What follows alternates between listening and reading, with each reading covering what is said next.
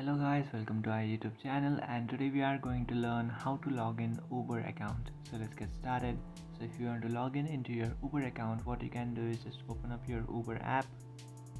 After opening up your Uber application, now in order to log into your account, what you can do is just tap on find my account option, which is on the bottom. After tapping on find my account, it will ask you if this is your account. So if it is, what you can do is just tap on yes, it's me.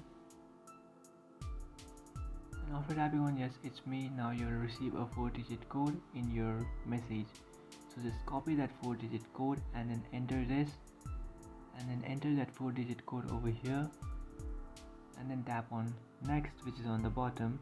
And after tapping on next, you will successfully log into your account, or you can use your password or your email address instead.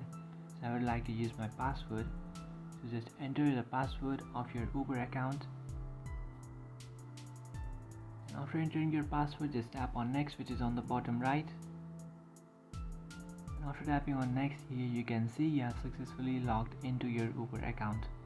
So that's it guys, this is how to log into your Uber account. If you find this video helpful, don't forget to like and subscribe to our channel.